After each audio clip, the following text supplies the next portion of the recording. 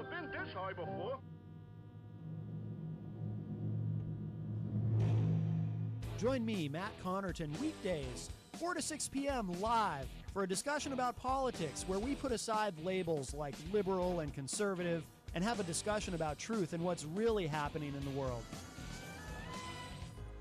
This hour on WMNH is proudly sponsored by CGI Business Solutions, located at 171 Londonderry Turnpike in Hooksett. Serving all your employee benefits planning, design and administration, investment and wealth management, and customized business insurance solutions. They are available at 866-841-4600 or on the web at cgibusinesssolutions.com. You are listening to WMNH-LP, Manchester's radio, broadcasting at 95.3 megahertz frequency modulation from the top of 1000 Elm Street. Our studios are located at 1045 Elm Street and licensed to Manchester Public Television Service in Manchester, New Hampshire, USA. Contact us by email at WMNH953@gmail.com or through our website at WMNHradio.org. Hey everybody, welcome to another... The state Senate originally voted 17-6 to repeal the death penalty. Today, one senator, David Starr of Franconia, Republican, switched sides, but there were still enough votes to override that veto. The ayes have it. The governor's veto of House Bill 455 FN is overridden. The votes were 16-8, and with that, the death penalty vanished from the statutes in New Hampshire. Now, the death penalty has been debated for years in both the House and the Senate. Only 4 senators got up to speak prior to the vote being taken, as one senator remarking that perhaps all that can be said about the death penalty has been said. Still, supporters of the death penalty said it's wrong to say that it is the state that's imposing the penalty. It is people making the choice. While opponents of capital punishment said the death penalty is archaic, doesn't work when it comes to deterring crime, and is discriminatory. When I did more research on the death penalty, I read about many innocent people that were killed, especially in the South, given short trials by all-white juries and hung. This is in the South, but it can happen here. The people of the state of New Hampshire, serving on a jury that has heard all of the testimony, they are making the decision. The law just allows them, and by the way, it gives them an out as well. They have to be unanimous. Now, after the vote, supporters of repeal gathered in front of the State House here. WMUR political director Adam Sexton will have much more on the reaction to today's historic vote beginning at News 9 at 5. Reporting live in front of the State House, Ray Brewer, WMUR News 9.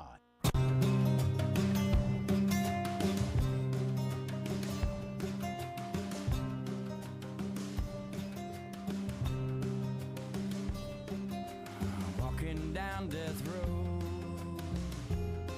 I sang for 3 men destined for the chair. Walking down death row, I sang of lives and loves and other years. Walking down death row, I sang of hopes that used to be. Through the bars into each separate cell, I sang for 1 and 2 and 3. If you'd only stuck together, you'd not be here. If you could love each other's lives, you'd not be sitting here. And if only this you could believe, you might still be reprieved.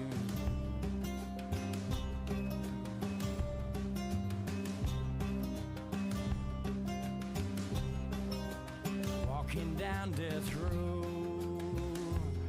I turned a corner and found to my surprise, there's women there as well, with babies in their arms before my eyes. Walking down death row, tried once more to sing of hopes it used to be. But the thought of that contraption down the hall, waiting for whole families, 1 dozen, 2 or 3. If you'd only stuck together, you'd not be here. If you could have loved another's child as well as yours, you'd not be sitting here. And if only this you could believe, you might still be reprieved.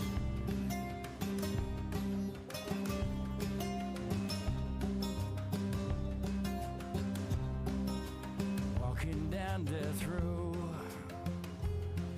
I concentrated singing to the young.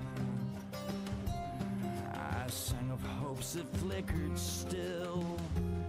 I tried to mouth their many separate tongues. Walking down death row, I sang of life and love that still might be.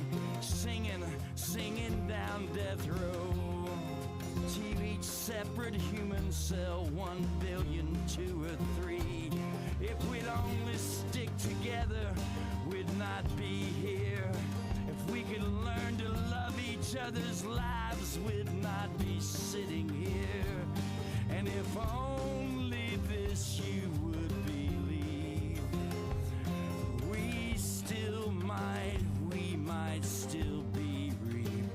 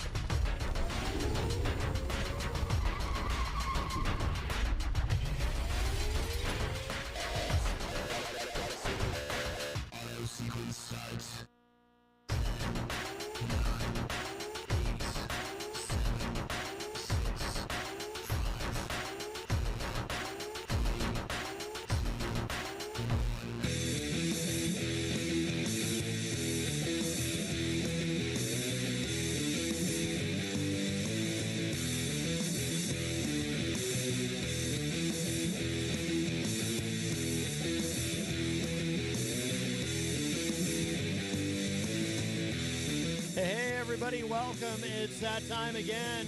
Matt Connarton Unleashed. We are live on WMNH 95.3 FM in downtown Manchester, New Hampshire, streaming at WMNHradio.org, also on Facebook via Facebook Live on the Matt Connarton Unleashed Facebook page. I see some folks in there already. Also, too, of course, if you're local here in Manchester, you can watch us on Comcast 97. And it's a big day, my friends. Yes.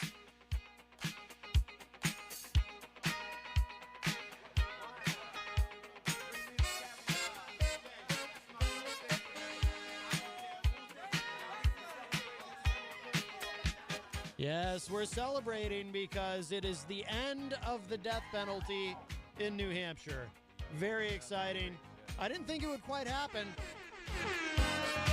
Little air horn thrown in there for you. That's right.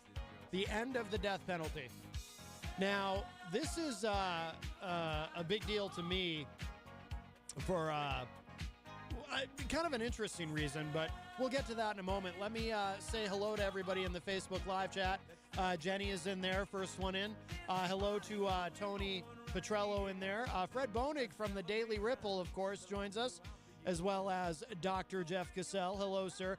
By the way, Fred sent me the audiobook version of the Mueller Report, which is wonderful because I've only been able to read some of it, but I look forward to being able to listen to all of it because sometimes when I'm doing my other work online, I need something to listen to, so not unusual for me to need things to listen to. By the way, when I was a kid, I loved Kool and the Gang, and my mother hated Kool and the Gang, and she didn't understand why I liked them so much. You know, she would tolerate them because she loved me and I loved Kool and the Gang, but she just thought they were, because she didn't like the whole, she didn't like the whole disco thing. My mom loved Motown, and I love Motown as well, much more now than when I was a young urchin, a wee lad. But my mom felt that disco was really just a bastardization of Motown, so she did not approve. So she was not a fan of Kool and the Gang. Oh, hello to Pete Trouble Morse, who joins us in the Facebook live chat. So very happy today about, and hello to Heidi Hamer, the Honorable Heidi Hamer, who joins us in the Facebook live chat, who says it's a day in New Hampshire history. Yes, absolutely, Heidi. And Kool and the Gang is still playing there in the background. Let me get rid of that. I can only... Yeah, not one of my favorite Kool and the Gang songs. I just chose it because it seems appropriate on a day like today. I'm more of a ladies' night type of guy. Everything about that sounded wrong. But, and hello to Ed Murphy, who joins us in the Facebook live chat. Yes, the Honorable Heidi Hamer, who was able to, of course, vote on this. So just quickly, we'll get everyone kind of up to speed on what happened. Actually, we'll go to one of my favorite sites, Reason.com. Reason, of course, it's, they have a point of view. It's a libertarian sort of site, but libertarians tend to be anti-death penalty because they don't trust the government. And by the way, well, actually, we'll come back to that. But let's just kind of get a few quick details here. Oh, Heidi says, watching you on Channel 97. Yes, you can watch us on Channel 97 if you're here in Manchester. So New Hampshire just abolished the death penalty. State lawmakers reached across the aisle for a bipartisan push against capital punishment. So it says here, New Hampshire has just repealed capital punishment, the last of the New England states to do so. Today, the state Senate voted to override Governor Chris Sununu's veto of an anti-death penalty bill. The State House did the same last week, so the legislation will now become law.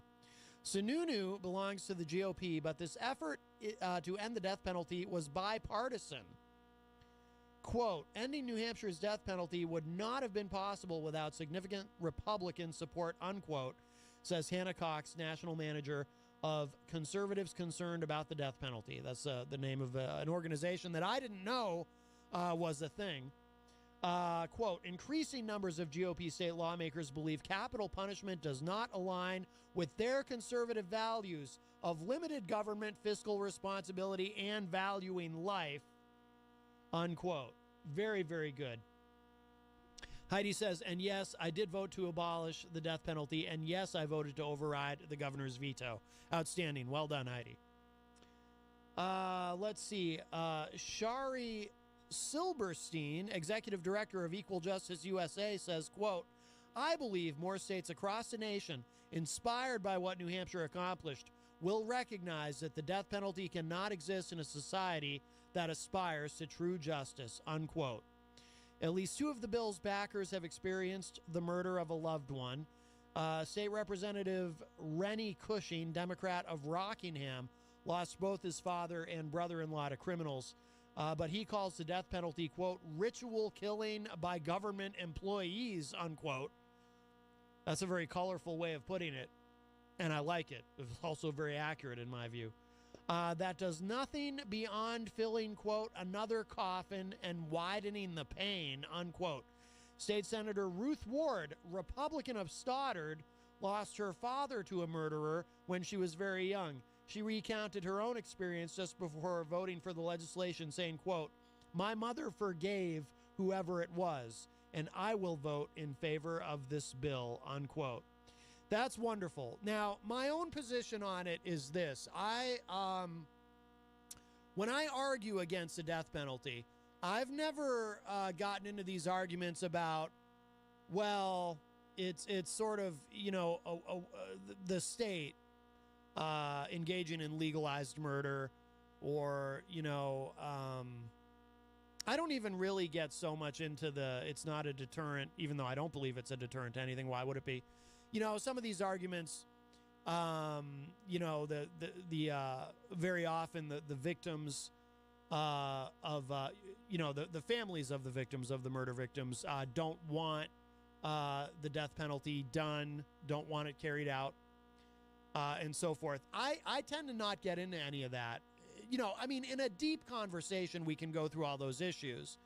But if I'm just having a quick, let me put it this way, if I'm just giving a quick 2-minute elevator pitch to somebody, you know, that's kind of a Hollywood term that I just learned, you know, the elevator pitch. If you're, in other words, if you're pitching something to someone, and you only have a couple minutes of their time maximum, so you got to hook them quick, get them interested in whatever it is that you're selling, whatever concept or idea, whatever. So the elevator pitch. My elevator pitch on the death penalty, against the death penalty, has always been simply this. You know, because I try to leave the emotion out of it, all that, and just a basic logic, factual pitch. And I try to pare it down to simply this. The criminal justice system is not perfect. Because it is not perfect, mistakes are made, and sometimes people who are not guilty of crimes are convicted and sent to prison for those crimes. Because of that, we cannot execute people, because if you execute people, you always run the risk of executing someone who is not guilty. At least as long as they're still breathing, if you find out later that they didn't do what they were convicted of, you can let them out of prison. You can't give them back the time that they lost, but at least they're not freaking dead. That's my elevator pitch.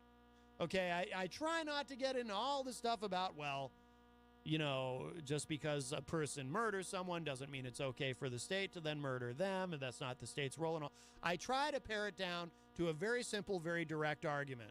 It's not a perfect system. It never will be as long as human beings are involved, because humans are infallible. Therefore, it is too much of a risk to take to be executing people. You cannot do it. It is wrong. It is indefensible. And as far as I'm concerned, to be honest with you, it's pretty cut and dry, the way I see it. You know, there's a lot of things, there's a lot of issues that are complex, and I'm not saying this issue is not complex, and we can get into some of the complexity around it, but I'm just saying there's a lot of issues that are very complex where reasonable people can disagree. There's a lot of issues I personally don't take a firm position on one way or the other necessarily, because I might have mixed feelings about them. I might, you know, be able to kind of see why someone who disagrees with me might disagree about something, etc. To me, this is black and white, cut and dry. I feel the death penalty is wrong, and I have yet to hear or read a single argument in favor of the death penalty that addresses anything that I've just said. Typically, when I'm discussing the death penalty with people who are pro-death penalty, they'll, you know, say things like, well, Matt, you know, what if a loved one of yours was murdered? Wouldn't you want that person to be put to death? Okay. As a human being, sure. Yeah, that's a natural human impulse, by the way. Right? I get that. But logically, does that address any of my concerns about the death penalty? That argument that, well, if someone I loved was murdered, you know, wouldn't I want some sort of vengeance done by the state? No, it doesn't address my problem with it at all. It doesn't address that sometimes innocent people are murdered by the state, right? Who we find out later were not guilty or may not have been guilty, etc. It doesn't address that. Another argument, Ross Terrio, the Honorable Ross Terrio, and he's only been on this show once. But I've done a lot of shows with him in the past on other shows that I've been on. And I like Ross very much personally, by the way. So this is not, I'm not trying to pick on him at all when I say this, but I mean, but I'll tell you what he says all the time. His pro-death penalty argument is, well, if someone commits a murder, if you send them to prison and let them live, then there's always a risk that they might escape prison and get out in the world and murder someone else. So you have to execute them. And again, I love Ross, great guy, but to me, it's a bizarre argument. And by the way, I'd love to see some of the statistics on how often does a convicted murderer escape prison and murder someone else. By the way, I'm not naive. I'm not an idiot. I understand it's happened. It literally has happened. I get it. But not something I hear a lot about. I don't think it's happened a lot. And I'm quite certain that whatever the number of convicted murderers who have managed to escape from prison and go out into the world and kill someone else, I'm pretty sure that number is dwarfed by the number of people who've been convicted of murder who we found out later didn't actually do it, or maybe there's some question about whether or not they actually did it, because of, we have these advances in DNA evidence and or maybe someone recants their testimony, or there are some horror stories out there, by the way. I mean, some real horror stories about, I talked a few years ago on the show, before I was doing the show here at WMNH, when I was just doing it as a podcast. I found this story about something that was going on in New Orleans, Louisiana, back in the 70s, where they had these very corrupt, of course, that part of the country is known for its corruption, where they had these prosecutors who were actually getting defendants drunk and then getting these confessions out of them and then using those confessions to convict them. Because they had released somebody who that happened to, who had confessed to a murder after becoming intoxicated. They got him drunk, then they got him to confess. Then when he was sober, he said, no, I didn't do that, but they got me drunk, and then they intimidated me and broke me down mentally into confessing, but I didn't do it. And then turns out, no, he didn't do it, and they had to release him decades after they took decades of this man's life. He was black, by the way, which, might be relevant given how the death penalty, like so many things in our criminal justice system, there is a disproportion based on race. Just like, like I'm always railing against the drug war, right? Because just as an example, if you get caught with cannabis in a state where it's still illegal, if you're black, you're going to prison probably. And if you're white, you're getting a slap on the wrist and a $50 fine or something, right? I mean, I'm just using that as a broad, just sort of general example. That happens. That goes on. Sorry, but it does. I know it's hard for some people to accept that there's such a thing as institutional racism, but it does exist in our criminal justice system.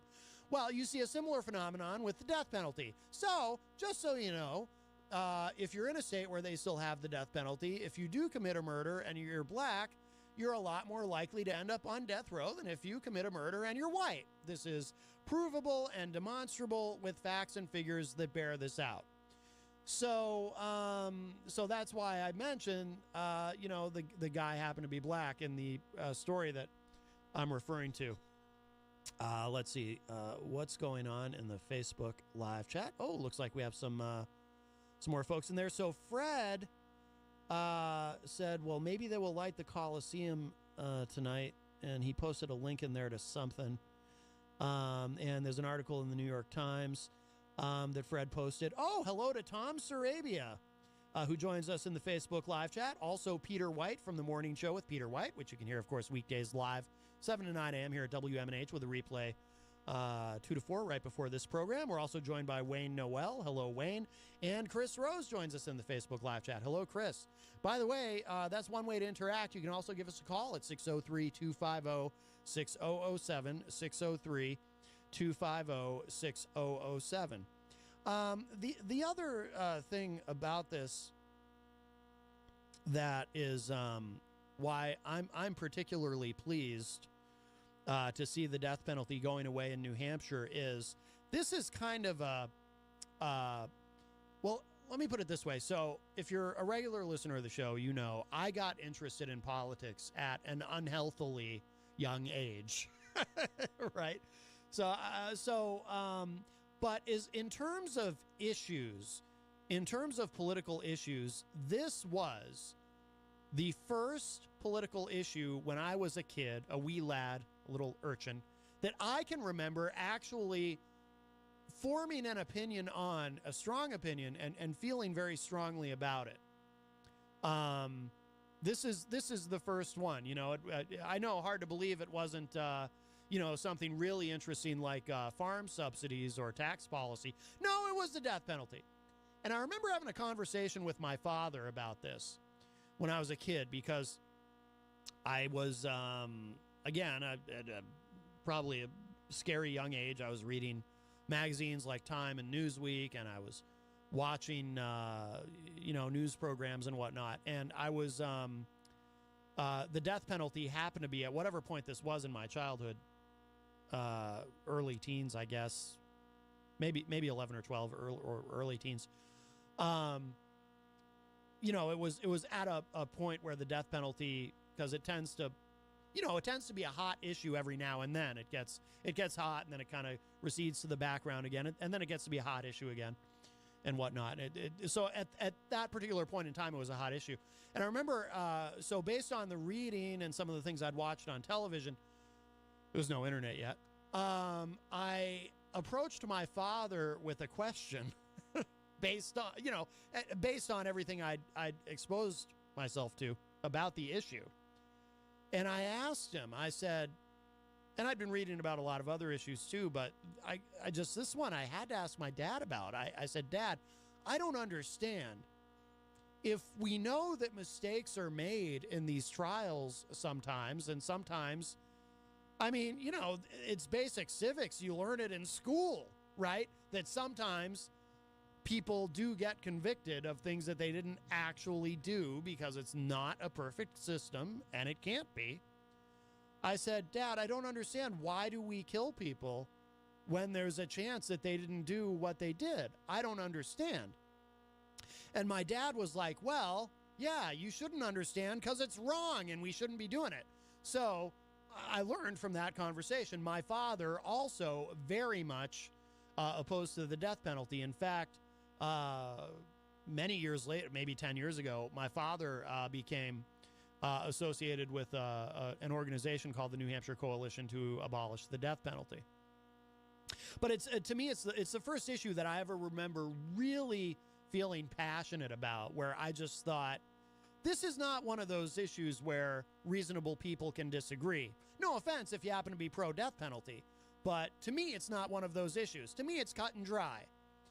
I've often talked on the show, and I want to go back to that quote from the article. Oh, let's see. Pete Troublemore says, I guess Michael Addison is happy to hear this. He, of course, is the one person we did have on death row in here in New Hampshire who murdered that officer, Michael Briggs, here in Manchester. Actually, Pete, I'm not certain, but I believe the legislation is not retroactive, so he might yet be executed. Ed Murphy says, there certainly are strong arguments on both sides. I actually disagree. But ultimately, it boils down to one's core beliefs, whether it's right or wrong. Yeah, I disagree, Ed. To me, to me, this one is cut and dry. But that's just how I feel about it. But I wanted to go back to a comment in this article and again, this other organization I was not familiar with. Conservatives Concerned About the Death Penalty. I was not aware of that organization. But again, this Hannah Cox, the national manager for that organization, she said, ending New Hampshire's death penalty would not have been possible without significant Republican support, because this is a gloriously nonpartisan issue. It hasn't always been.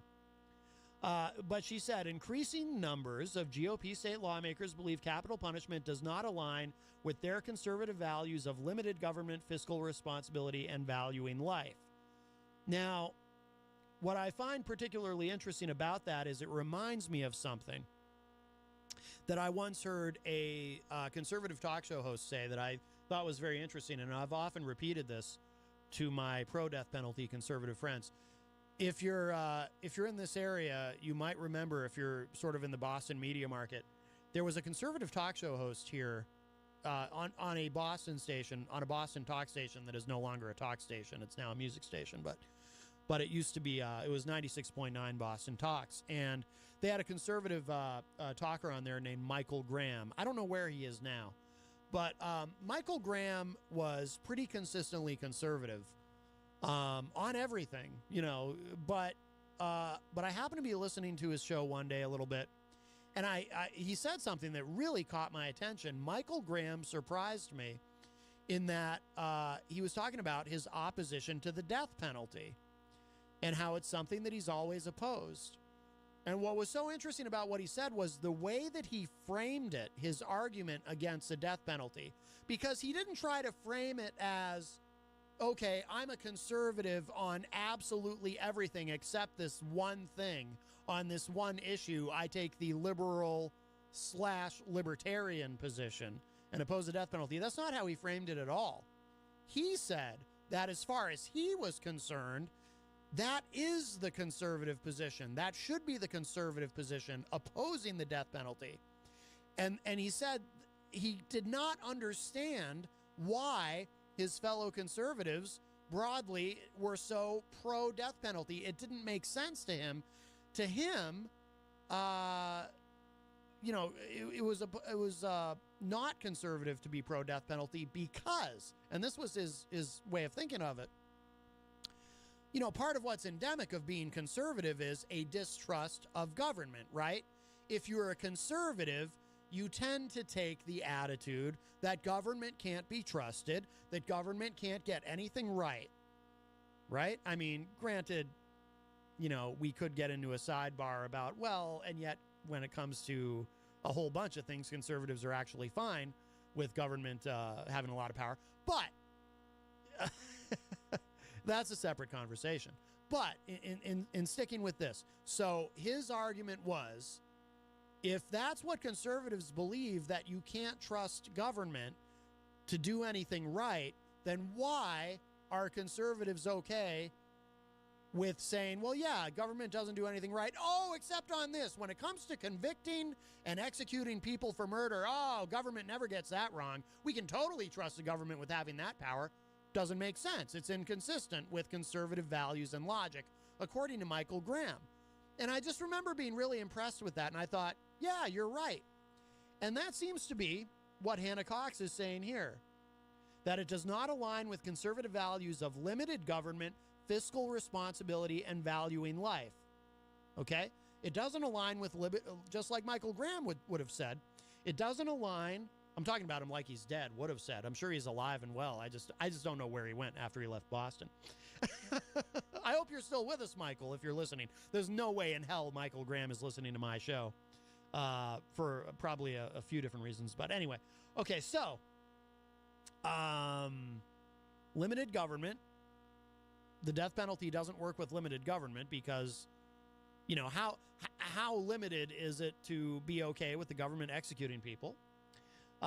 It doesn't work with fiscal responsibility because it's extraordinarily expensive to execute people. And this is something a lot of people don't know, by the way, because one of the other arguments, one of the pro-death penalty arguments I hear all the time is, well, if we leave them in prison, we're paying for them. So let's just execute them and we don't have to pay for them anymore. Which, I'm sorry, but that is factually incorrect. It is actually more expensive to execute someone than it is to pay for them being in prison. That is a fact. It's very expensive to execute someone.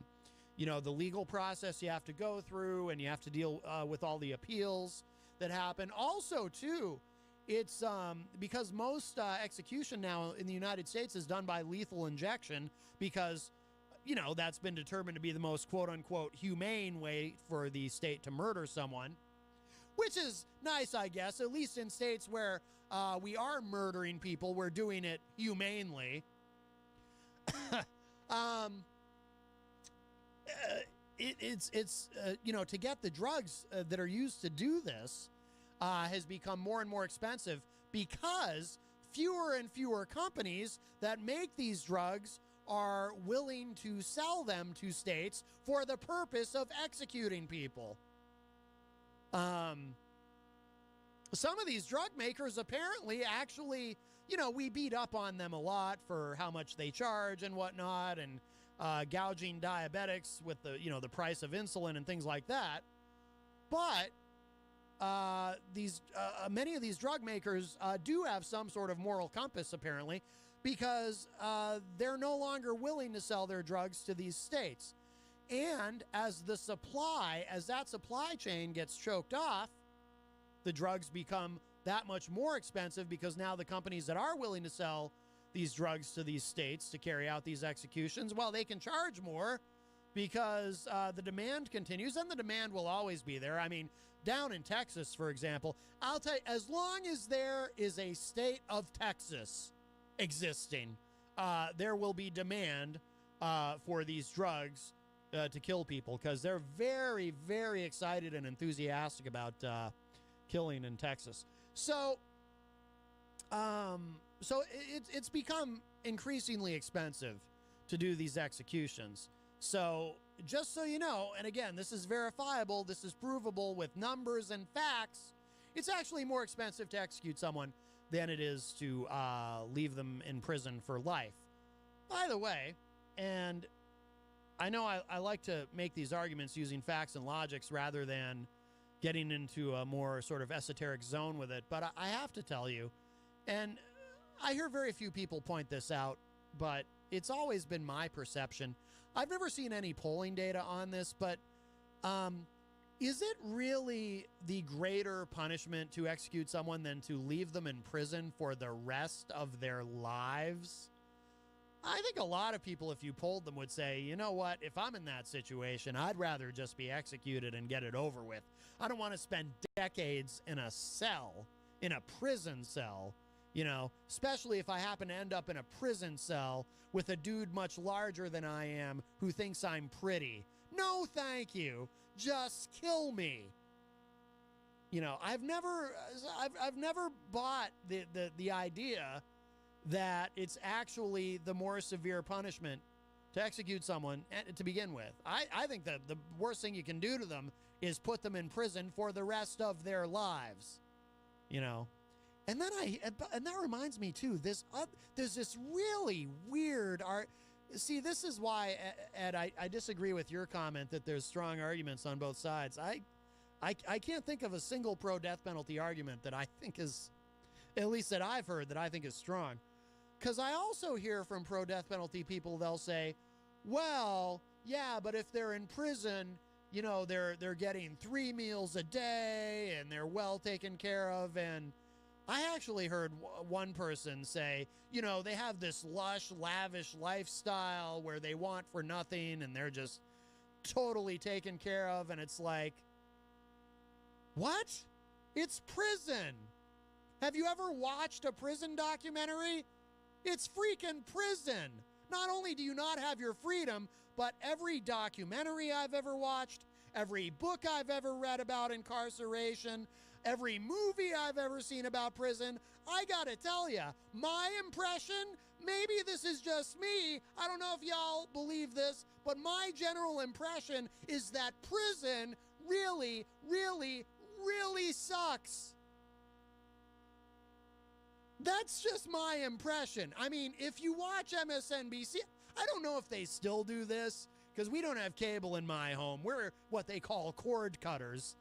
But if you still have cable, and if you're watching me right now on Channel 97 in Manchester, then you do. If you watch MSNBC on the weekend, I don't know if they still do this. They used to. They show all these prison shows. During the week, it's all news and commentary and so forth, and Rachel Maddow and Chris Hayes and everybody. But on the weekend, they show prison shows. And I gotta tell you, unless you think it's just some sort of mass conspiracy to make it look like prison sucks, you know, just to maybe scare everyone straight so nobody does any crime. But my impression, again, from everything that I've seen and everything that I've read and everything that I've heard and every conversation that I've had with anyone who's ever been in any sort of incarceration, is that prison really blows. So, the most asinine thing, and again, I say this with apologies to anyone listening who happens to be pro-death penalty and who has happened to have made that particular argument, but your argument is asinine if you say to another human being, well, they have this pampered lifestyle in prison. No, they don't. you're existing in some sort of alternate reality if you really believe that hot garbage kicking around in your brain, that prison is like some sort of day camp and they're just having a great time in there. I'm pretty sure they're not. To me, it looks like hell. Okay? I mean, listen, you don't think I've ever considered a life of crime? The only reason I don't do it is because I don't want to end up in prison. No, I'm kidding, of course. That was a joke. Maybe.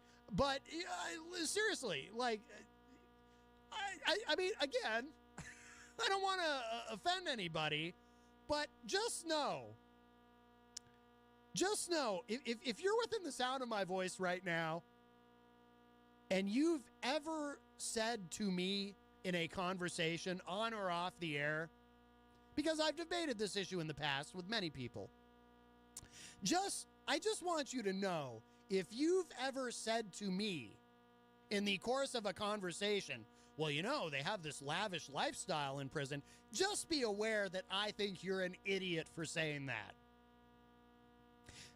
Doesn't mean that you actually are. Sometimes smart people say dumb things. You might just be an idiot on that one thing. But if that quote-unquote thought is floating around in your brain, there's something wrong with you. You've got neurons that aren't firing, pal. Okay? Because that's just ridiculous.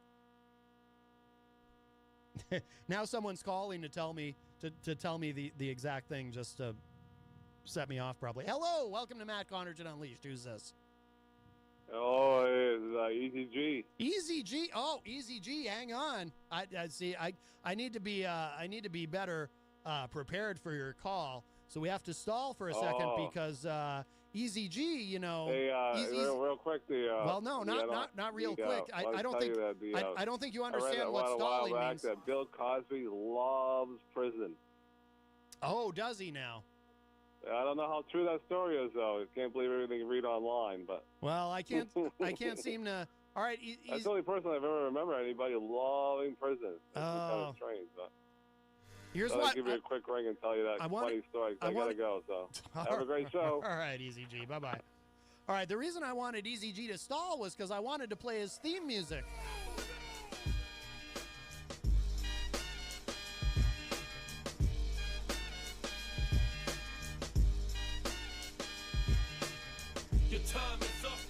There you go. It's Easy G's. It's Easy G's time. His time is now. All right. I couldn't get it. You know what? Easy G does call frequently, so I think going forward, I'll just have to keep his theme music at the ready. Unless he's actually, because I think he should. I don't know how all you feel about it. I think he should have theme music even when he calls, not just when he pops into the studio. Let's see. Wow, very busy day in the Facebook live chat. Hello to Ed McFarland in the Facebook live chat. Hi, Ed. So Ed says, Ed Murphy, so correct me if I'm wrong, Matt. I believe you started prior to all of the arguments with the core belief it was wrong. Your points certainly support your belief. I think if you look at other people's arguments at their core, they have no issues with taking a life. Well, yeah, clearly. I mean, if you're pro-death penalty, you have no, I'm not sure I understand if that's what you mean, Ed, but yeah, I mean, if you're pro-death penalty, you clearly have no issue, with, taking a life. That is true. Or you have certainly no issue with the government doing it. Something else I wanted to kind of bring up about this. I'm not going to spend the whole show on the death penalty, by the way, and I have something really fun planned for the second hour, actually. Not that this isn't fun, because this is an exciting day, I think. Another state, and I'm very, very proud that it's my home state of New Hampshire. Another state has done away with the death penalty, and I think it's awesome. And I think we have a lot to be proud of today. But I like to kind of use this too as an example of why we should not get discouraged and not get cynical and I'm probably a hypocrite for saying this in a sense. Maybe this is something where I need to do better, because I feel this way a lot. Like, I feel like on climate change, for example, I feel like, I certainly believe in that there's man-made climate change, because, well, that's what 97% of the world's scientists seem to think, and I accept that. And so I tend to look at those who would deny that and say, well, there's just no talking to these people. They just, they've somehow convinced themselves that it's really just a conspiracy between scientists and the world liberals to destroy capitalism, and there's just no reaching them. They're just never going to come around. I'm just using that as an example. It's very easy to fall into that mode of thinking. Very easy to be cynical and discouraged and so forth. I'm as guilty of it as anybody. But it's moments like this when I'm sort of reminded that, no, that's not really necessarily the right way to think. If something really matters to you, if an issue really matters to you and it's important to you, it's important to advocate for it and not give up and really try to get through to those of you with whom you disagree. And probably, if you attempt to do that, 99.9% of the time you're going to fail. But not necessarily 100% of the time. And this is a great example of it, because I don't remember what the numbers were like when I was a kid. I think it was something like 80-20. But I'm just kind of pulling that out of my backside. Like, in terms of the death penalty, 80% in favor of it, 20% opposed. This used to be the country, just nationally, we used to be very enthusiastic about the state murdering people. Thought it was a great thing. Obviously, those numbers have shifted pretty drastically over the decades. And it's what's interesting too? It's become less and less partisan as more and more Republicans, because here's the thing. It used to be a more partisan issue. It was never an entirely partisan issue, though, and that's what's kind of unusual about the death penalty, because it used to kind of skew that conservatives would tend to be in favor of it, and liberals would tend to oppose it. But there's always been some conservatives who opposed it, like Michael Graham, when I was discussing his argument against it earlier. And look at how many Republicans have come over to, because again, this couldn't have happened. What happened in New Hampshire today could not have happened were it not for this movement within the Republican Party, where more and more conservatives, more and more Republicans have come over to the anti-death penalty side. So don't get discouraged and don't give up, because people can be moved. They can be convinced. It might take decades. And as far as climate change, to go back to my other example, we don't have decades, if you believe what the scientists are saying now. So we're probably already screwed on that. And, sorry if you got grandkids or whatever, but they're probably, the planet probably won't be habitable by the time they're old enough to vote. But no, I don't mean to be dark about it, but and again, I'm not saying I'm convinced that that's where that's going. I'm being a little bit funny, only a little bit though, because I'm actually partially serious with that comment. But here's what I'm saying though: you can move people, you can make change. Marriage equality, that's another example. I never thought we'd see. I remember, that's another issue I remember having an opinion about at a very young age. I remember having a conversation about it with my mother when I was a kid. I asked her, Mom, how come gay people can't get married to each other? And, my mom she's always been very liberal. She still is. My dad has shifted. He's all totally MAGA now, which is probably why he didn't answer my text message from earlier when I said, hey, no more death penalty in New Hampshire, because he's always been very much opposed to the death penalty. But But other than that, I don't really hear from him lately. He's probably offended by things I've said on the show about Trump. But anyway, so I remember saying to my mom, I said, how come gay people can't get married? And she was just like, well, you know, Maddie, maybe someday they will be able to. Never really thought we'd see that as soon as we did, but marriage equality is legal now. You know, the Supreme Court ruled on it a number of years ago, much to the chagrin of my father, my very Catholic father, who said to me, well, they just legalized sodomy. To which I said, I'm pretty sure that was already legal, Dad, in most states. They just legalized marriage. Anyway, I probably shouldn't repeat that conversation on the air, but I probably already did, and that's probably why I don't hear from him. But you can move people. You know, it just takes a really long time sometimes. And by the way, like I said, the issue has never been totally partisan. Historically, there's actually been a lot of pro-death penalty Democrats as well. Barack Obama, Hillary Clinton, both pro-death penalty, just a couple of examples. Hi, welcome to Matt Connarton Unleashed. Who's this? I had to call you back. Easy G. I wanted to remind you that I didn't ask for any theme music. You wanted to remind me what? No, what's his face? The DEFCON guy there, I always asks, how come I don't have any theme music? I just wanted to let you know I didn't ask for it. Right. That's a running gag on the Peter White Show. You didn't ask for theme music. Button, you know, for Pauly C and Brooklyn Mike and. Right, because what have we learned, Easy G? And I'll just remind everyone, Easy G's time is now. What have we learned? If you don't ask for it, you just might get it. But if you ask for it, you're SOL. Right. Yes. And then, what's his name? I can't remember his name. What's that guy, the DEFCON guy?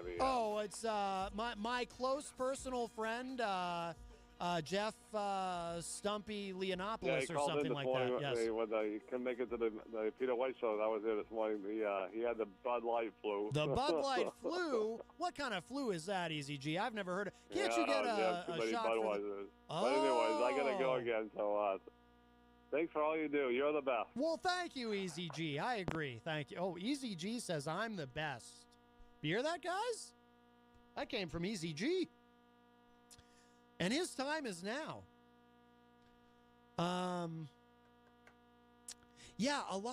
Historically, there's been a lot of Democrats in the past who actually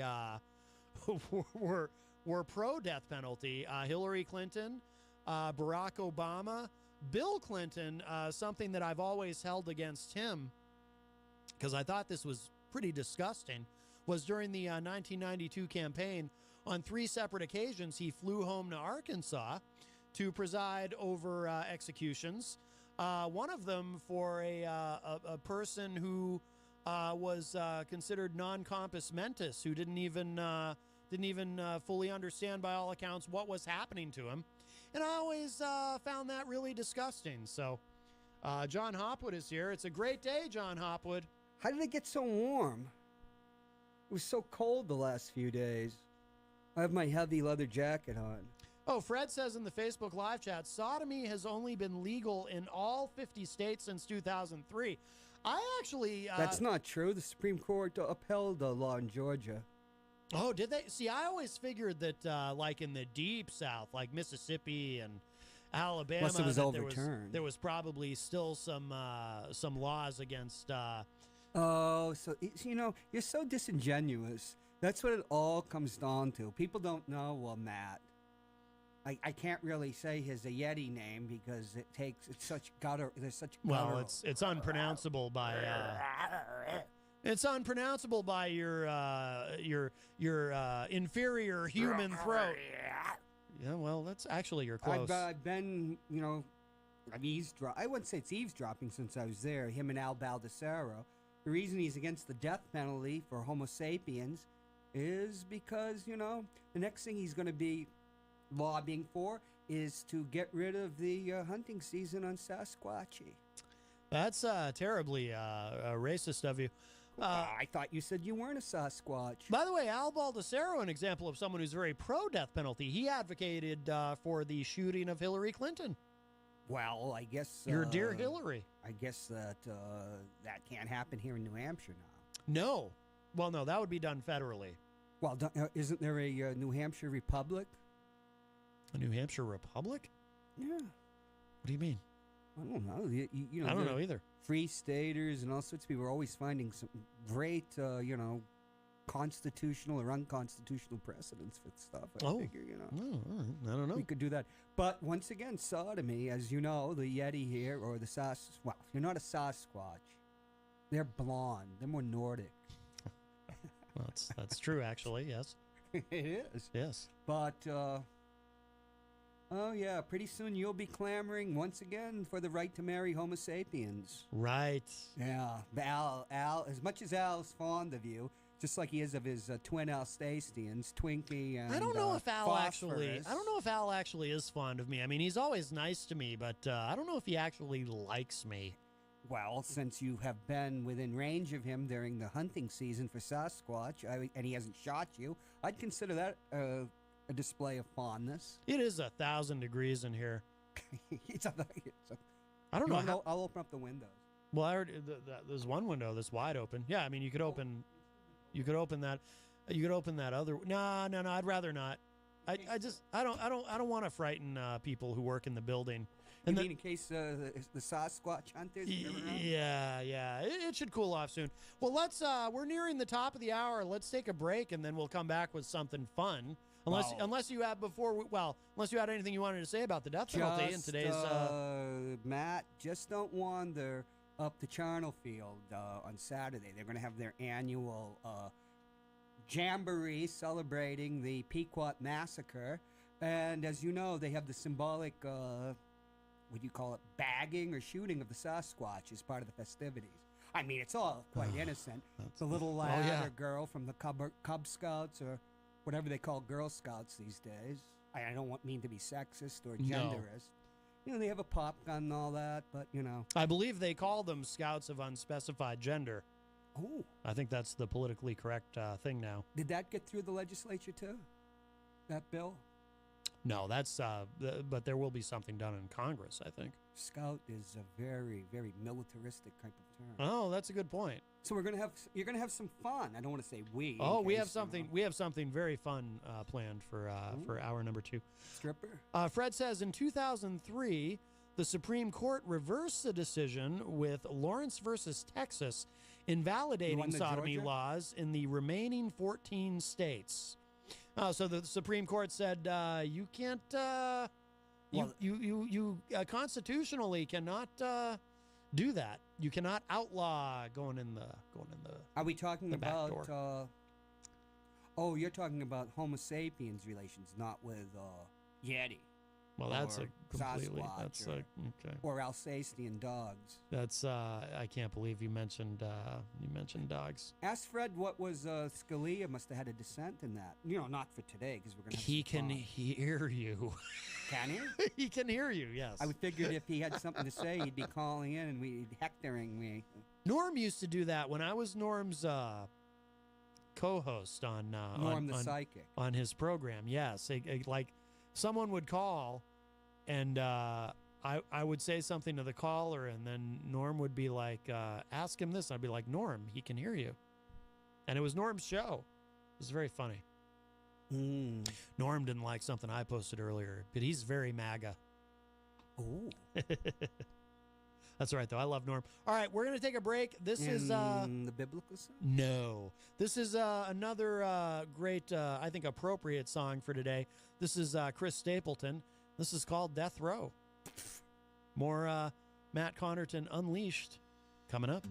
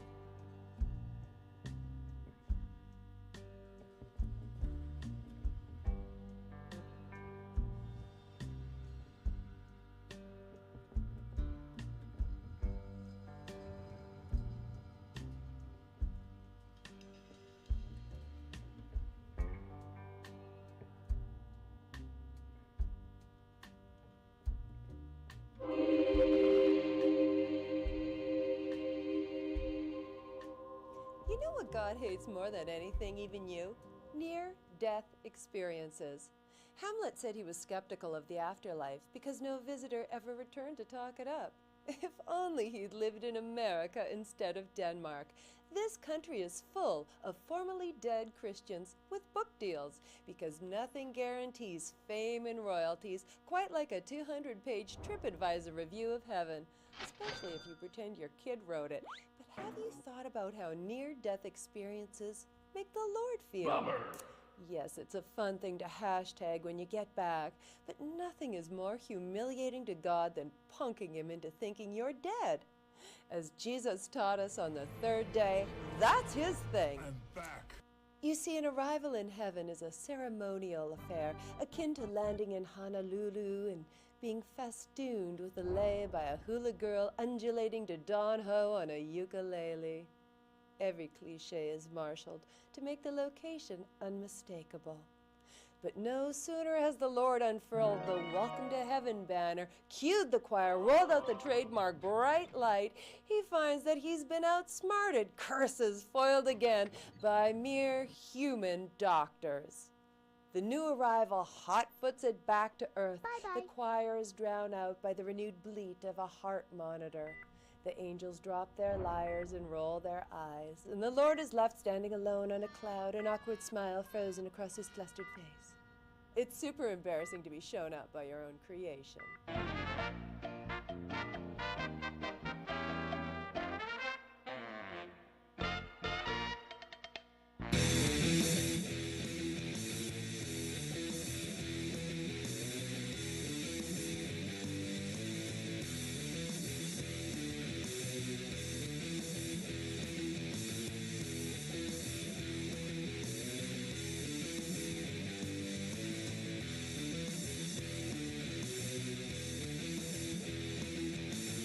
Welcome back, everybody. We're well into, actually, we're only 4 minutes in hour number 2. I'm so used to saying we're well into hour number 2 of Matt Connarton Unleashed, and we're live on WMNH 95.3 FM in downtown Manchester, New Hampshire, as well as Comcast 97, streaming at WMNHradio.org and on Facebook via Facebook Live on the Matt Connarton Unleashed Facebook page. And John Hopwood is here as well. Matt? Yes? What day did Jesus invent the Sasquatch? It's not even... how dare you?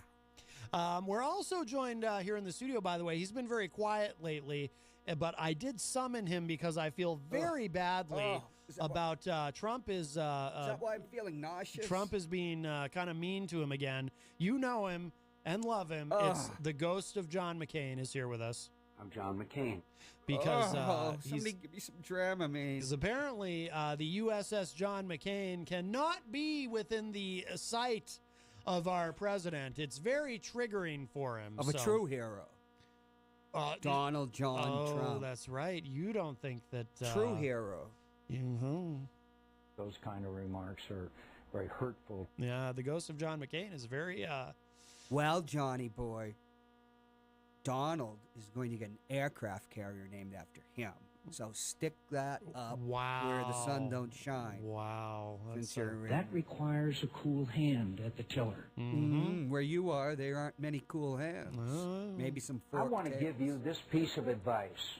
Oh, he's going to lecture you now. Is that when he's going to F-bomb? No. Wait a minute. Well, he's... C-bomb? He's very upset. He's very upset. How dare you? You've offended the ghost of John McCain probably more than the president has. I took 1,000 milligrams of naproxen before I came here, and I was feeling good. Now my bursitis is acting up. Wow. Because of the ghost of John McCain. Wow. Even virtual John Hopwood can't believe you. Jesus, buddy. You're upsetting everyone today. Leo used to take 500 milligrams. Right. Yes. Well, that's all right. I have something very, very fun. Is this about how women respond more deeply to the heterosex act because the, what's it called, oxytocin or something is higher for them than for the man? Or is that tigers? Oxytocin or something? Something like that. No, it's actually nothing like that. So this is he said we're having fun. Well, no, this will be fun. So my friend Matt DaCosta, who's been on the show, he was actually here that day for Matt Connarton's Smooth Jazz Experience. I thought that was Easy G. Well, Eric was here for the first part. Matt was here during the second part. But he shared something out on Facebook earlier. It's Kenneth Copeland. He's one of these mega church pastors who flies around in a Lear jet and has lots of money. Well, he made a lot of money off of the Police, right? Off of the Police? Yeah. Was he the drummer of the Police? Oh, no, that's Stuart Copeland. Well, then he was the manager because the brother manager. Oh, right. Yes, it could be. Or is that Miles Copeland? That might. I don't think that's him either. I'm not sure. But so Inside Edition, I went and found the full interview. It's 12 minutes of glory. 12? 12 minutes of glory. Are you going to put it on the wall? You'll hear it in your headphones. Yeah, but if it's on the wall, we don't have to wear the headphones. The wall has to be good for something. No, because the sound doesn't come out the speakers when the microphones are on. I thought it came out of the wall. No. That'd be weird. What was what? Well, you know, No, the only thing that comes out of the wall is the ghost of John McCain. I have been a consistent reformer. We know. Consistent. Yes. So let's listen to some of Using this. the R word again. We'll have some of this. This is so Inside Edition, which apparently still exists. That's the good one. That's the show that I was wondering that too. That's the show that Bill O'Reilly was on, right? Where he started out before Fox. Inside Edition. We'll do it live. And he was a sportscaster in Boston a long time ago. Oh, okay. I knew he'd been on in Boston. I didn't know he did sports. I think so. Actually, now he does history. I'll read the description before I play this from YouTube. Televangelist Kevin Copeland enjoys a life of luxury. He has his own airport next to his mansion in Newark, Texas, where he keeps his private jets. It's God's will. Yes. And Jesus, too. He wants him to be, he wants him to have abundance, clearly. It's because he's so Praise holy. the Lord. Yes. When Inside Edition's chief investigative correspondent Lisa Guerrero caught up with him in Branson, Missouri. Build the wall, baby.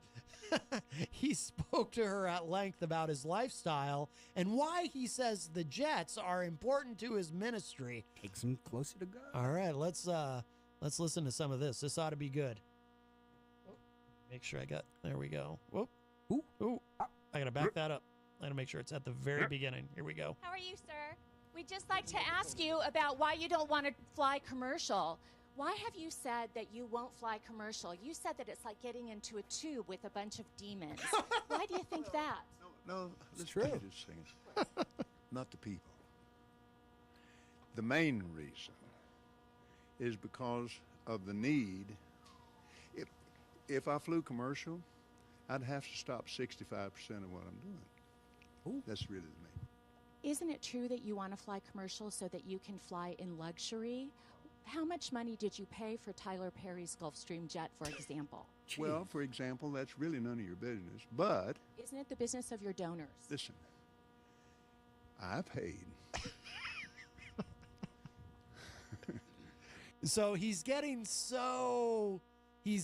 really frazzled. I guess no one's ever asked him these questions before. Well, the mamby-pamby liberals like yourself, Matt, or whatever your Yeti name is, you think that's unchristian. But what about Christ after he created the money exchange, driving the money lenders out of it, you know? Yes. You know, so, you know, they could trade in cryptocurrencies and stuff like that. I believe he also... was very aggressive. He created the Federal Reserve, didn't he, before he was crucified? No, that was the devil. Oh. The devil himself. Oh, I didn't know that. That's a very un-Christ-like thing. That's why we need to audit it. Yeah. Yes. Okay. Yeah, definitely. Yes. And there is a Christian auditing firm that I can think of. Oh, outstanding. Yeah. You kind of caught me off guard here, okay? Certainly. Well, if you'd like to come out here, I'd like to give you a chance to catch your breath and have a conversation. We don't want to catch you off guard. I love Inside Edition. You got to get this now. Hey, you listening to me? My wife thinks Inside Edition is, oh, yeah. Now, Thank you, Lord. Help me. Let me pray. Well, let me just ask you a really simple question. Hallelujah. A lot of people think This guy literally, have you ever seen him? I don't have to, Matt. He's a man that walks with God. But he's right out of Central Casting. Like, if you were casting a movie, a comedy, and it had a megachurch pastor in it, like, it would be him. It literally would be him. Literally. Like, he could just play himself. But he doesn't have a Screen Actors Guild. Like, he's so... Well, the Lord will provide one to him, I'm sure. The Lord does not believe in unions, Matt. Oh, that's true. The Lord is very anti-union. God. And your near-death experience after you got shot outside of Cambridge, whatever it was. Cambridge Analytica? I think so. Yes. Didn't you get a peek inside the Lord's office? The main headquarters. That's true. And you saw Donald John Trump up on the wall next to the American flag. Yes. Which interestingly only had 49 stars. And I did have a conversation with the Lord no, they while took I was out there. Puerto Rico. Right. Well, obviously. No. He said the Lord told me he was going to be having a conversation with the Honorable Gary S. Hopper about his vote against right to work. You know, because the Lord is very anti-union, obviously. And Gary must have been intoxicated that, toadstools or whatever. Oh, my goodness. They're growing in where? Well, I certainly hope not. Well, it happens. it's unbecoming for a preacher to live a life of luxury and to fly around in private jets. What's your response to that? Very simple. It takes a lot of money to do what we do. Yeah. Praise the Lord. We have brought over 100, let's see. The latest figures just came out. Figures. 122 million people to the Lord Jesus Christ. 122 million. Let me give you another example. By the way, I think that's a bad idea because heaven's going to get full. Like, some people think we have a population issue on Earth. If he's bringing 122 million people, I mean, there's going to be all the paperwork St. Peter's going to have to do for that. Really that dumb? What do you mean? Only 144,000 people are in the Trump room.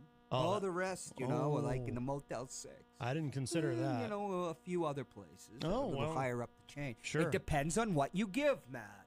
Where do you think John McCain is?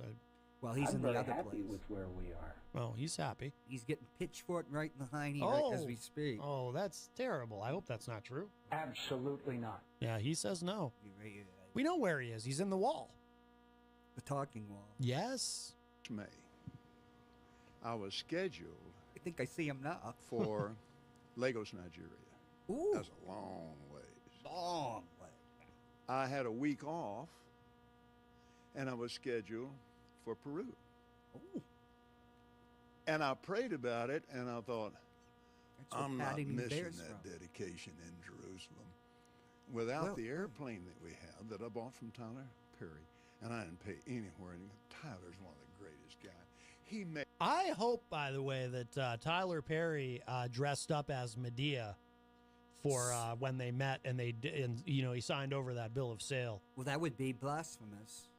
They could have a sodomist or something. Why? It's not very Christian. Christ didn't dress up, cross-dress. Oh, that's true. Yes. But he had a very nice robe, which set him above the others. Right. Yes. Forget that. Yes. They claim he's some type of communist. From Matthew or whatever. Yeah, he wouldn't have tolerated Tyler Perry with all that cross-dressing. One of the big things I remember from because I went from a Catholic school to grade 2 to grade 8. And one of the big things I remember is, Jesus always said, be really freaked out by people who are different than you. Hallelujah. Yes. And amen. Particularly those that try to cheat you when they pass the collection plate. Oh, yeah. Oh, yeah. They don't like slugs in heaven. No, indeed. Oh.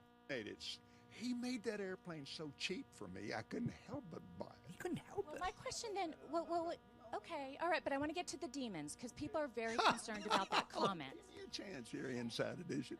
I love your eyes. And here's what happened. He's trying to pick her up.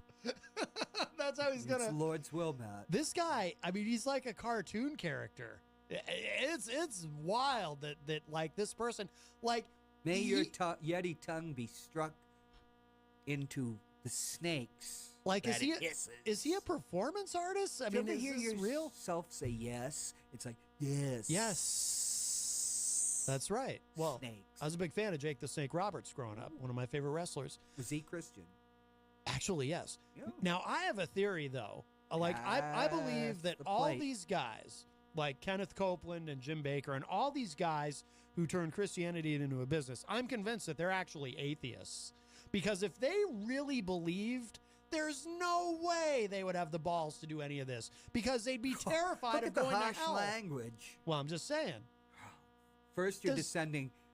You're defending taking away the Lord's ability to strike people down dead through the facilities of the state, and now you're attacking God's own messengers to His flock. You are evil. They have to Matt be atheists. Covington. If they believed in believed in Christianity what? even the tiniest bit, they'd be very worried about going to hell. Wouldn't they? I don't see the Catholic Church exactly on Poverty Row. Yeah. Which you tacked your sail through for many Careful. We're gonna get many years. We're gonna get a call from Bruno? Father Bruno if you keep that up. Is he still in Rome? He's always in Rome. He does a. I thought he was in Ithaca, New York. He does a show. Actually, Oh. something about getting right with Jesus. I think. Stephen I didn't think Philbrook. Jesus was involved with the Catholic Church. Yeah, I don't think he is. Stephen Philbrook says, "LOL, I like your eyes." Yes. I don't know. Take a look at Matt's eyes. It's like two daggers. Can you imagine? Can you imagine what Jesus would think of the Vatican? Like, I'm not going there. Like, man. hey, guy, I just imagine Jesus coming back and saying, "Look, dudes, this ain't what I had in mind." Is he coming back? If I were him, I would just stay home. I'd be like, nah, you know what? I'm good. He could be here walking amongst us right now. Oh, I didn't think of that. After he created the Yeti, he had the rest for many days. Is there a difference between creating the Yeti or inventing the Sasquatch? Invent, create. Yeah, that's. Does it depend on the Bible that you read? That's very mean. That's how dare you? You hate being called a Sasquatch. I do. It hurts. Yeah, since they're bigger and handsomer and more, they're better groomed. All right, let's get back to this. You're Smell better, hurting my too. feelings. I do need to be trimmed and brushed. I mean, it's true. And what do they call and it? shampooed. Defenestrated means they throw you out the window. Yeah, no, wait, I don't need that. Fumigated. Yeah. Right. Yeah, that's not what we call it, but that's okay. Yeah. Sheep dip. Mm. Okay. We flew Yeah. in 21 days, To Jerusalem? 70 hours, 40,000 miles, touched 5 continents, and preached face to face personally with 125,000 people. I thought it was 122 million. Do you ever use your private jets to go visit your vacation homes, for example? Yes, I do. Okay. Oh. Again, getting back to the comment. You said that you don't like to fly commercial because you don't want to get into a tube with a bunch of demons. Do you really believe that agree. human beings are demons? No, I do not. And don't you ever say I did.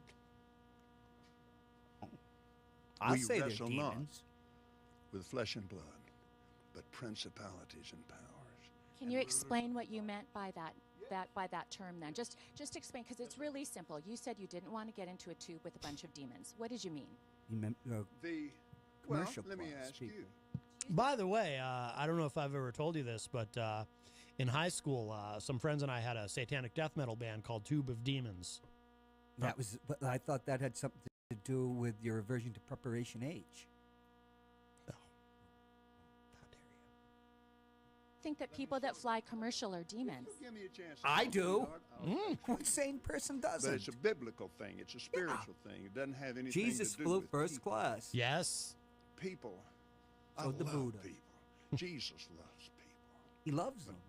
He People get pushed in alcohol. Do you think that's a good place for a preacher to be and prepare to go preach to a lot of people? They break when wind. somebody in there is dragging some woman down an aisle, it made me so mad to see that on television. I wanted to punch the guy out myself. I can't be doing that while I'm getting ready to preach. You just don't like to. Hold on. So this is his explanation for why he can't fly on a plane with a bunch of other people, because he saw on TV some guy dragging a woman down the aisle or something, and it made him so mad. He can't be exposed to that kind of violence. Because now that I'm thinking about it, you know, I haven't flown in a while, but it is true. I mean, usually if you get on a commercial flight, there'll usually be some sort of brawl, or maybe a football or a rugby game breaks out or something. Orgies. There's usually some sort of terrible violence or what? Orgies. Orgies, although yes. they aren't as prevalent as they were in the late 70s. That's true, yeah, when the cocaine would be flowing and everything. Right. Or the cocaine, as Ryan Gorman calls it. Now that you can't smoke on airplanes, it seems to have dampened the ardor of many demonic commercial travelers on aircraft. Well, he probably doesn't realize that. He can't smoke. He is an older guy. He doesn't know that it's not as demonic as it used to be. Right, but he does have his memories. You know? Yes. They're very precious to him. He's clearly terrified. Of demons. Of demons, yeah. And I agree. You name me one person that's flown in the plane in this millennium that won't back him up that commercial flights are full of demons. Oh, yeah, okay. That's horrible. Fair enough. Horrible. Stefan in the Facebook live chat says he is speaking in tongues. Ooh, that's my favorite Talking Heads album, by the way. Well, that was, yeah. That was very 70s, too. Yes, well, it came out in the 70s. So, oh, yeah. Mm-hmm. A lot of to be around the sinful people, or the hurtful people. Is that Hurtful. what you're saying? Not the people, lady. Not the people. Not the people, lady. Back during the days that we couldn't DAZE. do anything else, we had to travel commercial. When I went to Oral Roberts University, I flew for Oral Roberts. I'm a commercial pilot. Oh. So I spent a lot of time in airplanes. You have how many planes? We have the Gulfstream, and we still have our Citation 10. And then we have a little small airplane, but both those are the two ones that we use, and we use them all the time. And other people use them too. We have other ministries that use these. In the book of Ephesians, Ephesians. Oh God, I love this.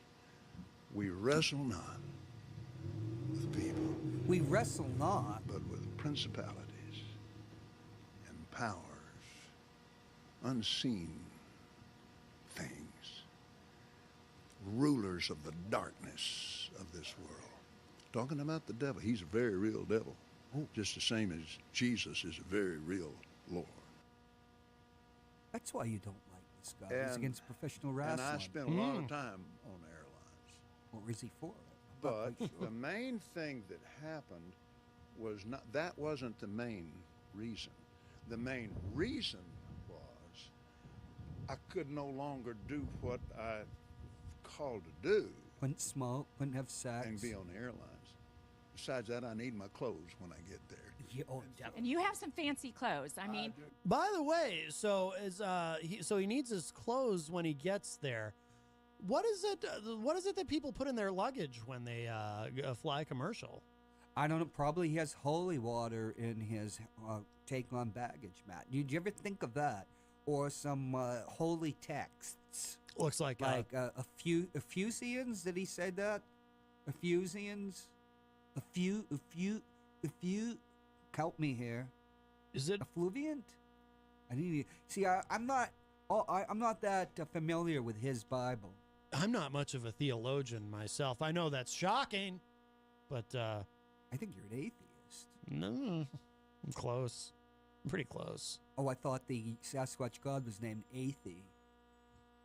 I mean, don't get me wrong. The idea that, at the end of life you just die, that does suck. Is that the old Thorn? So maybe the Yeti God. Or is it Sasquatch? Oh, my goodness. Can we get a Sasquatch Bible for up at the VA? Put it on the table up there? No. For a pastor, you are living a life of luxury. You've got great homes. You've got great planes. Got a great wife. You drive in limos. I'm a very wealthy man. You're a very wealthy man. Yes. Oh. And some people would say that is it appreciated? May I add something to that? My wealth doesn't come from offerings alone. Ooh. Because you sell things, books Burnt and offerings. DVDs. Yes.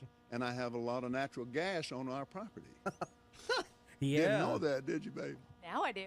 Yeah, you He's do. flatulent. Wait, hold on. He's flatulent. Did he just call her baby? Baby.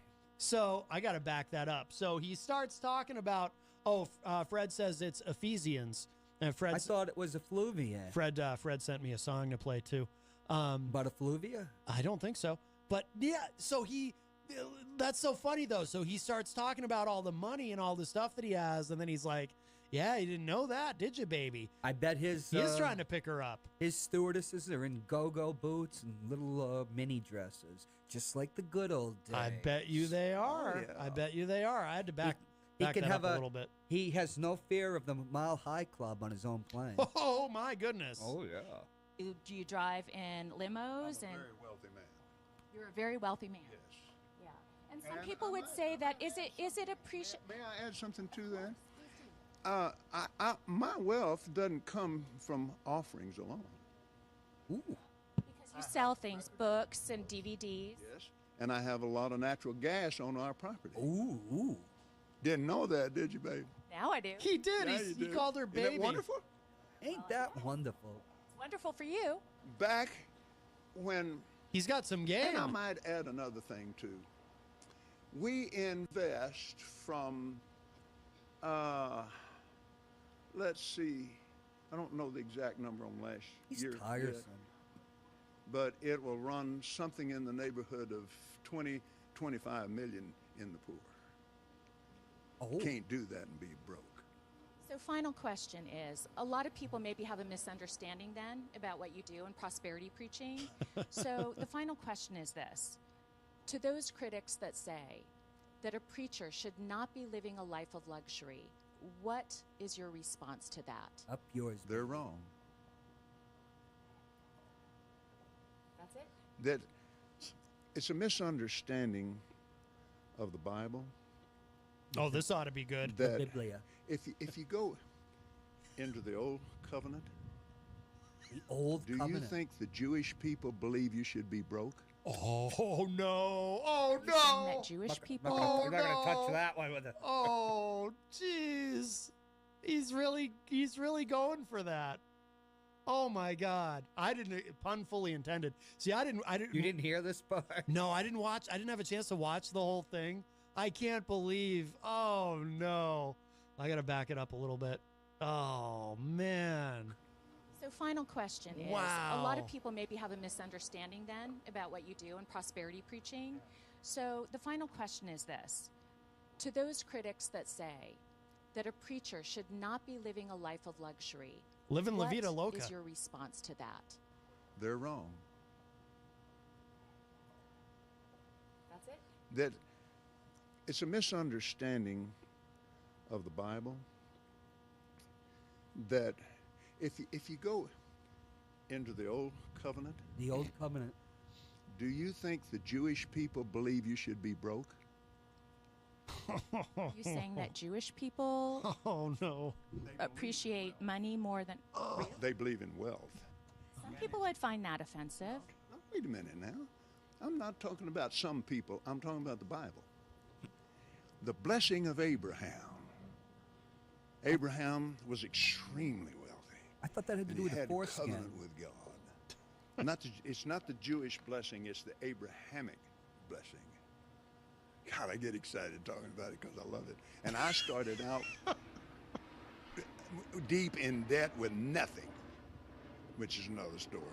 But anyway. So you say that it's biblical and that there's a foundation in the Bible for this. Let me close it with this.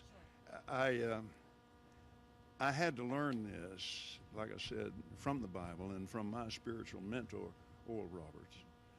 And I learned it from him, working with him, and then he was close friends until he died. And he took the same heat for believing God would prosper you that I've taken over the years. Prosperity? And Abraham was a very, very wealthy man. Galatians chapter 3. If you belong to Christ, then are you Abraham's seed and heirs according to his and his promise was great wealth. The Bible also says. Yeah, so that's his explanation for the prosperity gospel. But he goes stuff. back to the covenant with Abraham, and then he's like fast forwarding to Jesus, which is thousands of years later, right? Yes. Well, I don't know. All I know from about the Bible, I saw in movies like the Ten Commandments. Hello to Rhonda in the Facebook live chat. Fred says this is getting better. Jenny says, "Are you kidding me? Are you kidding me? Do not use my faith to justify your left." Greed. Greed. Yes. Oh, hello to we're joined in the studio by the Dions. Let me put those mics on for you. I don't know if you guys are familiar with megachurch pastor Kenneth Copeland and but, prosperity gospel. Yes, we're getting a little bit of a tutorial here. Actually, the clip is almost over, but he's he's got these private jets and stuff, and obviously the Lord wants him to have these things. But so does Abraham. Yeah, apparently, yes. Wow. That it's more difficult for a rich man to get into heaven than it is for a camel to get through the eye of a needle. Correct? The rest of the scripture. But he said, all things are possible with God. That's a great. So you could justify anything with that, couldn't you? Right? Well, that's quote is to the would-be disciple that was the rich guy, right? And he said, give away everything that you own. And the guy didn't want to do it. Oh, yeah. If I can remember. No. You get away with anything. All things are possible with God. Right? You were able to bring give a new home to the ghost of John McCain. That's true, yes. Well, yeah, he is. I don't know if you guys felt the chill when you walked into the room, but because, the president is once again upset with him. They named a ship after him. I had to summon the ghost because, he's... that would be crazy. Yes, I know. Because obviously he has a lot to say in response to the president. So, I bet, yeah. I get a chill because John Hopwood's here. I always get a chill when I see John Hopwood. Oh, right. Yeah. I'm doing well today. That's good. Yes. What's your hat say? It's the USS Manchester, the ship that was commissioned for the city of Manchester. That's it was great. last year. Yeah, sure. Did you get to see it? No, I watched the commissioning. Actually, they streamed it online. I think it was almost a year ago, like a couple weeks ago, and I watched it streamed live from home because there was I think over 1,000 people there. Was Joyce there? Yep. Yep. Oh, I think Joyce was there. Senators. Yeah, senators. Is it parked in Groton, Connecticut? It's not parked anywhere. It's at sea. It's on the open sea. Oh, is it? Oh, yeah. okay. It's a new ship. We Cool. got a little bit more of this. So Fred says Matthew 19:24. Again, I tell you, it is easier for a camel to go through the eye of a needle than for a rich person to enter the kingdom of God. Let's. I want to get through this. And he said, if you study the Greek behind that, I didn't know God it's spoke in trusting in wealth. When he said that, his disciples said they were astonished out of measure because they were wealthy men. They were astonished out of measure, saying, how can anyone be saved? He said, all things are possible. I didn't know the Both disciples of my were wealthy. grandfathers were preachers. They were both very poor. They lived simple, modest lives. They were extremely offended by men that made money like you do, preaching like you do. What would your response be to people that think that preachers shouldn't live this kind of a lifestyle? Folks like both my grandfathers. And I understand that. And I love them with all my heart. It's your grandfathers that we're standing on their shoulders. They held up and they stood for it. Glory to God. Like Atlas. Yes. But when you go back to the Bible, it's full of wealth. And it's full of miracles and signs and wonders. And it's full of goodness. Wait a minute, I've got it now. That's why all the evangelicals love Trump. Because he has a big jet. Well, that and plus Art of the Deal is just like the Bible. I didn't know. If you follow this guy's description of the Bible. Are you saying Jesus had an executive jet? Well, I mean, I think we can safely assume that, but, you know. Some people say, you know, what was it, In Search of Ancient Astronauts, which the narrator was none other than Leonard Nimoy, you know. Yes. Captain Kirk's faithful friend from Vulcan. Mr. Spock, Not yes. a Christian, by the way. No. And, no, he wasn't. That perhaps Jesus himself was an ancient astronaut. Oh, my goodness. He didn't, per se, have a jet, but he had some type of spacecraft. Right. Yes. Yes. Well, It's full of meanness. It's just full of hell on earth. Those are the demons, not the people. Oh, commercial air travel. Again, getting back to Sir, thank you so much for your time What's your today. Lisa Guerrero. Lisa, God bless, Father bless Lisa. Thank you for her grandparents. Thank you for giving me the opportunity to know her, to her team. And I pray and I believe her piece will be successful. I love Inside Edition. I love the people on it. And it thrills me to get a chance to have my face on Inside Edition. Thank you very much, Reverend. You have a nice day. Yes, ma'am. Thank you very much for your patience. He even kisses her hand. Now, you guys didn't hear this part unless you were listening on the way here, but like the whole time he's like hitting on her too. Like he starts talking about how much money he has, and he's like, "Yeah, you didn't know that, did you, baby?" And it's like, oh my God. And this guy's a legit preacher? Well, none of these. Okay. All right, sorry I used the word legitimate. I'm sorry. You don't have to go. This is, you know, they call it low church, white light Protestantism. You know, it's not like becoming a priest in the Catholic Church or the Episcopal Church. Okay. You know, there's nothing you really have to go through. You just have to see the white light. Well, I was saying to John earlier, my theory about all these megachurch pastors like him and Jim Baker and Olstein and all that, I believe they're actually atheists. Because if they truly believed in Christianity, they would be terrified to do what they do. Exactly. Because they'd be afraid of the judge. They'd be afraid of going to hell when they die. It goes counter to what they should be believing in, as opposed to what they actually believe in. Right, exactly. So I don't believe they really believe at all. To them, it's just a business. It's all about the money. Yeah. I mean, really. Exactly. Look at this guy Osteen. Holy mackerel. Oh, yeah. Can either one of you quote, you know, from the book of, what was it, Effluvia? Effluvia. Euthanasia or something? When you can do that, you can pass judgment. All right. We have I'm not ready for that yet. we have a call. Hi, welcome to Matt Connarton Unleashed. Who's this? It's ECG. Hello, guys. Funny story for you there, young Ben Dion. I was over at Creamland this week, and I was asking one of the employees, I said, "Hey, what school did you go to?" He said, "Hey, I went to Memorial." I said, "Hey, did you have Ben Dion as a teacher?" He said, "I did." And Who is this? I said, "Was he a good teacher?" I always go there, you know. And he said, "Yeah, he was." He said, "I learned a lot of good information from that." And wound up at Creamland. You had a swell time in your class.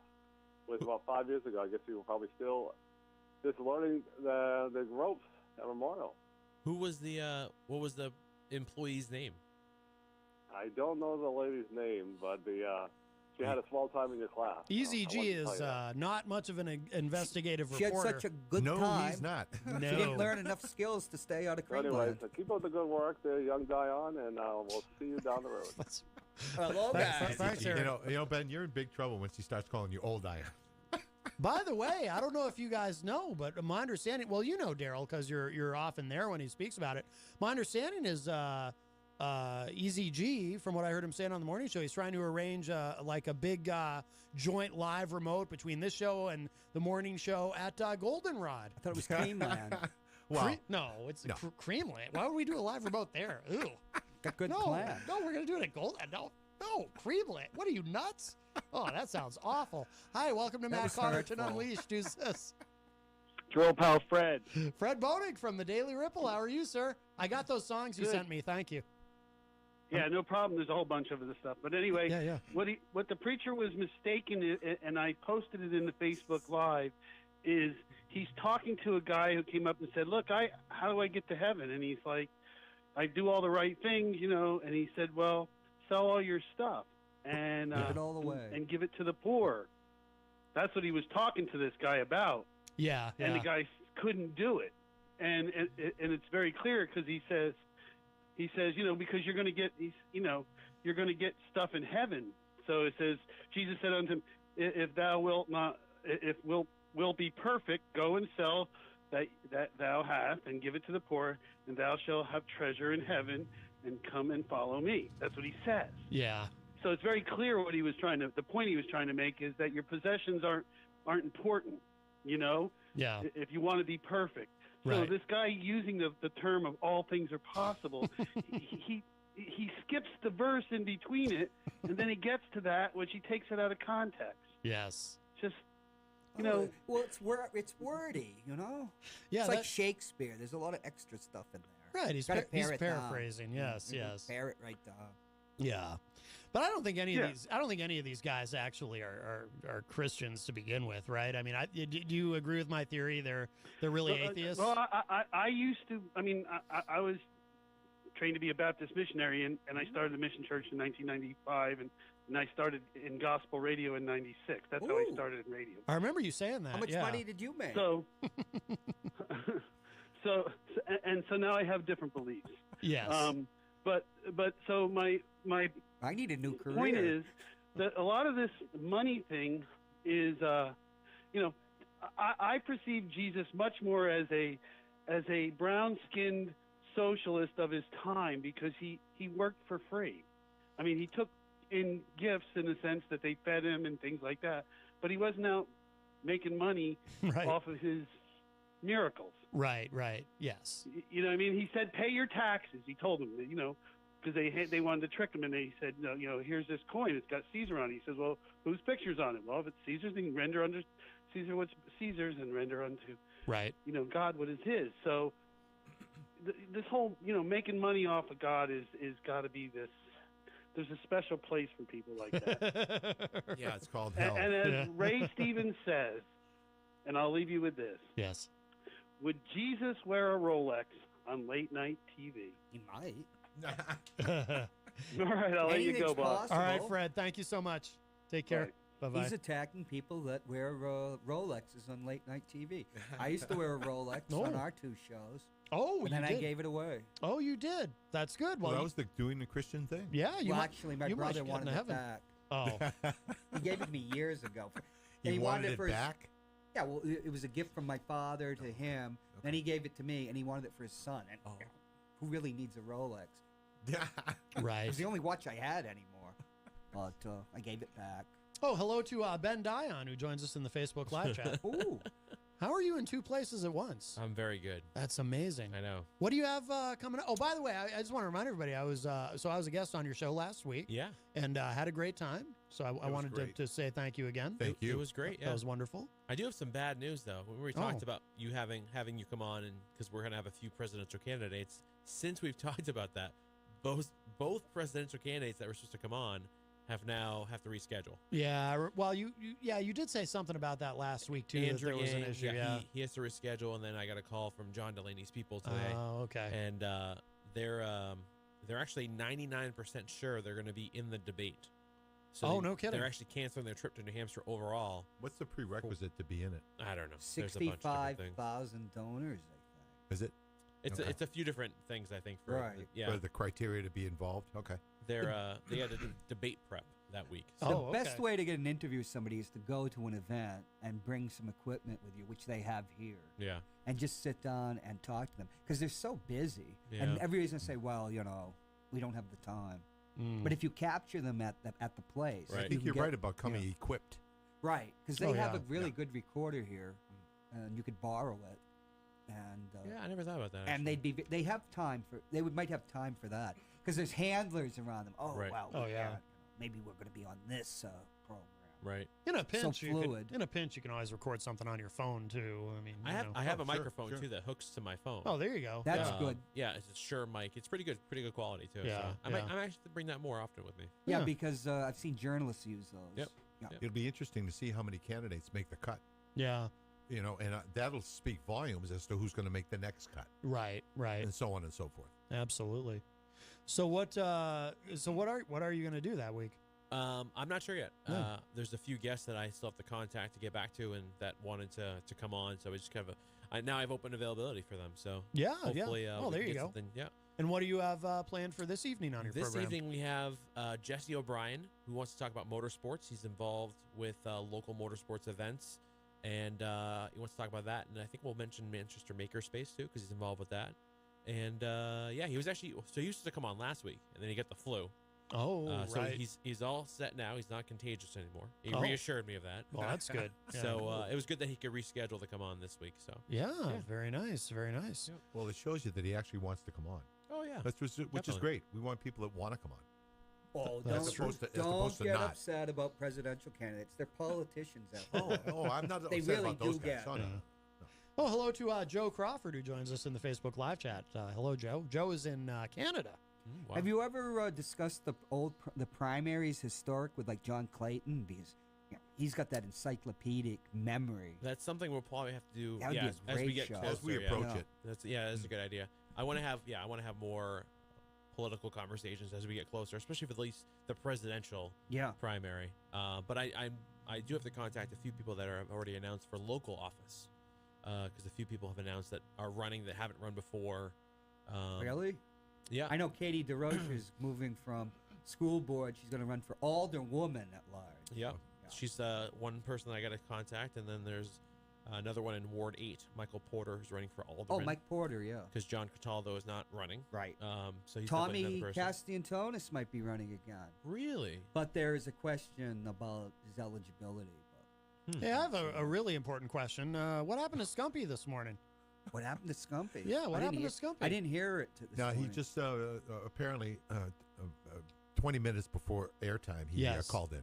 Oh, 20 minutes before? And at that time, it was only Peter and I, but the place filled up pretty quickly. Paulie C showed up. Yeah. Gonzo showed up. Easy G showed up. So we had a house full anyway. Oh, it was okay. great. It was great. Oh, Great hello, show. guys. Great show. Oh, hello. I'm starting to think that the real star of the show, Easy G. I don't feel like I can depend on Scumpy. I don't think he's going to show up at the Goldenrod live remote. Goldenrod. Yeah, Goldenrod. Yeah, Easy G's That's working too on far that. out. What do you mean? Creamland's right around the corner. No, we're not. No, we're not doing. We Cream- have so much fun with that. Ted Oh, Gatsis God. used to be there all the time. If that Creamland. doesn't say, it's good. I saw him there I a would bunch of just times. as soon. Yeah. I just as soon I don't know stick if he this does pen in anymore. my eye and do a He used live to be remote there at all the time. Creamland. Oh, In the God. big Mercedes. Yep. Yeah. All right. Creamland's great. Whatever. Oh. What's the matter with you? Have you been to Creamland?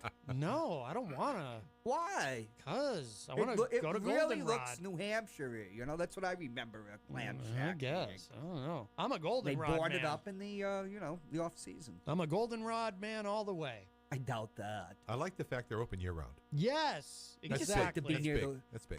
You just like to be near the woods. I'd like to do a series of live remotes there because they're open year round. Absolutely. you could. Maybe like once a week or something. That'd be great. Are they going to feed the people that show up? I would hope so. I don't know why they wouldn't. It's Goldenrod. They have a great reputation, unlike some of their competitors. And free advertising. Yes. I was to early remote shows of the morning show, and sometimes they had stuff, and sometimes they didn't. See, we couldn't do a remote from Creamland because they don't open till 11. Right. Yeah. And the show's on at 7. That would But not this work. is the afternoon that Easy G's setting up.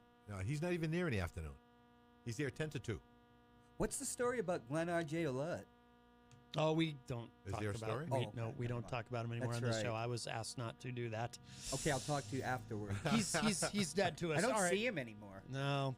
Well, we got to wrap up because the weekly Dion is next with these fine gentlemen. And so thank you all. And if you missed any part of today's show, it'll be up in just a little bit at WMNHradio.org, as are all the shows that are archived here. In fact, you can hear my appearance on the weekly Dion from last week there. And don't forget about the morning show, weekday mornings from 7 to 9 a.m. Will you be on tomorrow, Darryl? Apparently. Okay, good, good. I think I've become a regular, disturbingly enough. No, that's great. I think it's wonderful. I'm having a ball. Yes, yes. All right, we're going to get out of here. I'm going to play one of these tracks that Fred sent, and I'll talk at y'all a little bit later. Bye, everybody. Well, I saw him on TV with his hair slicked back, and maybe I just thought he was trying to save some souls. With a Bible in his hand, fronting a rock and roll band, I said he's reaching out to sinners on this show. He was selling salvation through the gift